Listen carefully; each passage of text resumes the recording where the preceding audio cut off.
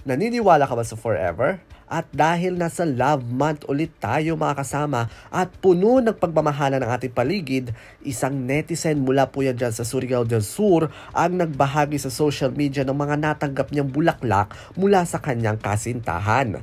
Dito napatunayan niya na flowers are forever kahit nalanta na ito ay may malaking halaga pa rin ito sa kanya. Dahil ang bawat bulaklak na ito ay may kaakibat na istorya ng kanyang makulay na pag-ibig.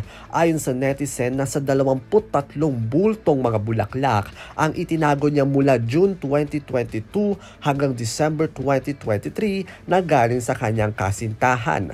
Anya, itinago niya talaga ito dahil tuwing nagkikita niya ito ay tila bumabalik siya sa panahon na iyon.